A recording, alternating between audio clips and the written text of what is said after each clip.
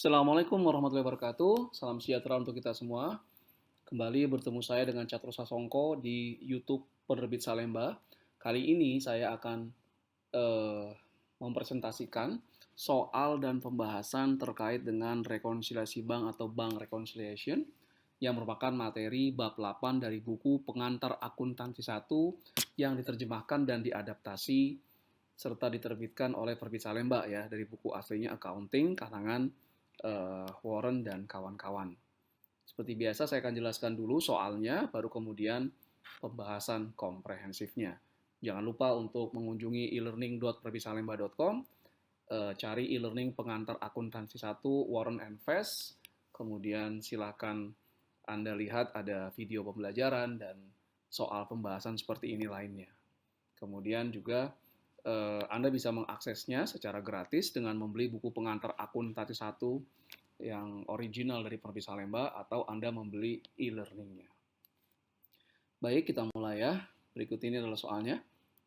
Berikut ini adalah akun kas PT Berjaya Selalu per 28 Februari 2021. Ada sisi penerimaan ya di debit kas dan ada pengeluaran. Saldo per 28 Februarinya adalah Rp40.950.000. Berikut ini adalah rekening koran dari PT Bank Mendang Mending untuk perusahaan. Ada saldo awal, kemudian ada simpanan atau setoran, ada cek yang dicairkan oleh penerima cek yang diberikan oleh perusahaan, kemudian ada lain-lain, saldo akhirnya adalah 30.700. Nah, kita akan membuat rekonsiliasi bank yang menyamakan saldo menurut buku perusahaan, akun kas perusahaan, dan saldo menurut rekening koran perusahaan. Oke. Nah, kemudian informasi tambahan untuk membuat rekonsiliasi bank adalah penagihan wesel tagih termasuk pendapatan bunganya Rp1.190.000. Kemudian cek tolak berasal dari pembayaran piutang pelanggan lewat cek yang saat diuangkan ternyata saldo rekening bank pelanggan tidak mencukupi. Diminta yang pertama adalah buatlah rekonsiliasi bank per 28 Februari 2021. Yang kedua kemudian buat ayat jurnal yang diperlukan setelah rekonsiliasi bank dibuat. Jadi ada dua pertanyaan ini ya. Pertama adalah membuat rekonsiliasi bank, yang kedua membuat ayat jurnal yang diperlukan. Berikut ini adalah jawabannya. Jadi kita lihat sebelumnya. Nah, yang di sisi debit kas tanggal 6 sampai dengan tanggal 28 ini adalah setoran yang dilakukan oleh perusahaan. Nah, kalau kita lihat setorannya yang ada itu adalah yang tanggal 7, ini dari setoran tanggal 6. Kemudian yang tanggal 15, 18 juta ini 18 juta dan yang 24 ini 11 juta yang berasal dari tanggal 23. Nah, yang setoran tanggal 28 sebesar 24 juta ternyata di rekening koran belum muncul. Nah, itu yang disebut dengan istilah deposit in transit, simpanan dalam perjalanan atau setoran dalam perjalanan.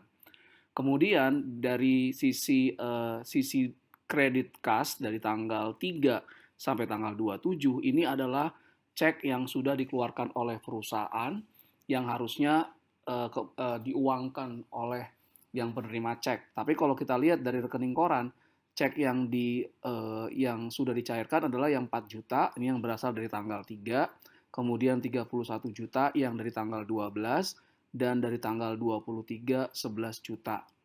Yang dari tanggal 19. Sedangkan cek yang diterbitkan dari tanggal 25 dan tanggal 27 ini belum muncul di rekening koran perusahaan. Nah, ini yang disebut dengan istilah outstanding check. Nah, ini yang lain-lain nanti ada biaya administrasi, ada cek tolak. Cek tolak ini berasal dari pelanggan membayar piutangnya ke perusahaan, memberikan cek. Ketika perusahaan mencoba mencairkan cek tersebut, saldo rekening banknya pelanggan itu tidak memenuhi sehingga ditolak. Kemudian ada penagihan wesel tagih yang dilakukan oleh bank. Kemudian ada electronic fund transfer untuk membayar sewa bulanan perusahaan. Dan ada pendapatan bunga. Nah, dari sini kita akan coba membuat rekonsiliasi bank dari rekening koran dan dari buku perusahaan. Oke, kita mulai. Yang pertama itu dari bank. Nah, saldo menurut rekening koran per tanggal 28 Februari 2021 adalah 30.700.000. Nah, ini ditambah dengan setoran yang belum dicatat oleh bank itu tanggal 28 Februari sebesar 24 juta. Sehingga yang tersedia harusnya adalah 30.700.000 ditambah 24 juta, 54.700.000. Kemudian dikurangi dengan cek yang sudah diterbitkan oleh perusahaan tapi belum dicairkan oleh penerimanya, itu yang tanggal 25 Februari senilai 5 juta rupiah, dan yang tanggal 27 Februari senilai 9 juta. Maka total cek yang sudah diterbitkan tapi belum dicairkan adalah 14 juta. Sehingga saldo yang telah disesuaikan itu adalah 40.700.000 rupiah. 54.700.000 dikurangi 14 juta rupiah. Ini yang kita menyesuaikan di rekening koran. Nah, bagaimana yang kita sesuaikan dengan buku ya akun kas yang ada di perusahaan? Saldo menurut akun kas per 28 Februari itu adalah 40.950.000 rupiah. Nah, ini ditambah dengan penagihan wesel tagih oleh bank itu sebesar 10 juta rupiah, kemudian ada pendapatan bunga sebesar 150.000 rupiah, sehingga yang tersedia harusnya adalah 51.100.000 rupiah. Kemudian dikurangi dengan yang pertama, beban administrasi bank itu sebesar 100.000 rupiah, cek tolak itu sebesar 7 juta rupiah, dan beban sewa sebesar 3,3 juta rupiah. Sehingga total pengeluarannya adalah 10.400.000, saldo kas yang disesuaikan, yang telah disesuaikan adalah 40.700 sama dengan saldo menurut bank yang telah kita buatkan rekonsiliasi. Berikutnya adalah kita membuat ayat jurnal yang diperlukan setelah rekonsiliasi. Ayat jurnal ini hanya transaksi-transaksi yang mempengaruhi saldo kas di perusahaan. Ya, jadi yang mempengaruhi saldo kas di perusahaan apa aja? Penagihan wesel tagih, pendapatan bunga, beban administrasi, cek tolak, dan beban sewa. Jadi yang dibuatkan jurnal adalah item-item yang menambah atau mengurangi saldo menurut akun kas. Dengan demikian berakhir sudah presentasi saya terkait dengan soal dan pembahasan rekonsiliasi bank yang merupakan materi dari bab 8 buku pengantar akuntansi 1 yang diterjemahkan dan diadaptasi serta diterbitkan oleh Perpisa Lemba dari buku aslinya Accounting karangan Warren dan kawan-kawan. Terima kasih segala perhatiannya. Mohon maaf jika ada kekurangan.